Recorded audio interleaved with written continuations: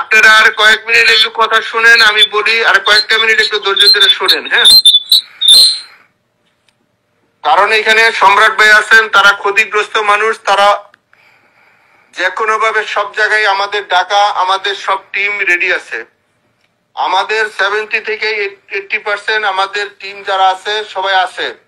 আমরা মূল ব্যক্তির এবং আমাদের নীতি নির্ধারক যারা আছে তাদের পারমিশনের মধ্যে থেকে আমরা একটা শৃঙ্খলার মধ্যে থেকে আমাদের রাজধানীতে আমরা থাকতে চাই।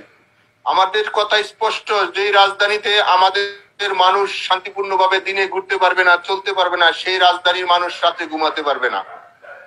আমাদের চূড়ান্ত ডিসিশন, যেই রাজধানীতে আমরা দিনে থাকতে পারবো না, সেই রাজধানীর মানুষের ঘুম আল্লাহ দিবে না। আমরা সেইভাবে আমাদের তৈরি করে নিছি। আমাদের ডিসিশন, আমাদের মূল ব্যক্তি, আমাদের নেত্রী যেভাবে এখানে সাজেশন করবে, আমরা পরামর্শ কর্মে আমাদের যেখানে যার সাথে আলোচনা দরকার সেইটা করব। আমি আপনাদেরকে একটা অনুরোধ রাখবো, আপনারা আমাদের চূড়ান্ত খেলার মধ্যে, চূড়ান্ত সিদ্ধান্তের মধ্যে, চূড়ান্ত স্বাধীনের মধ্যে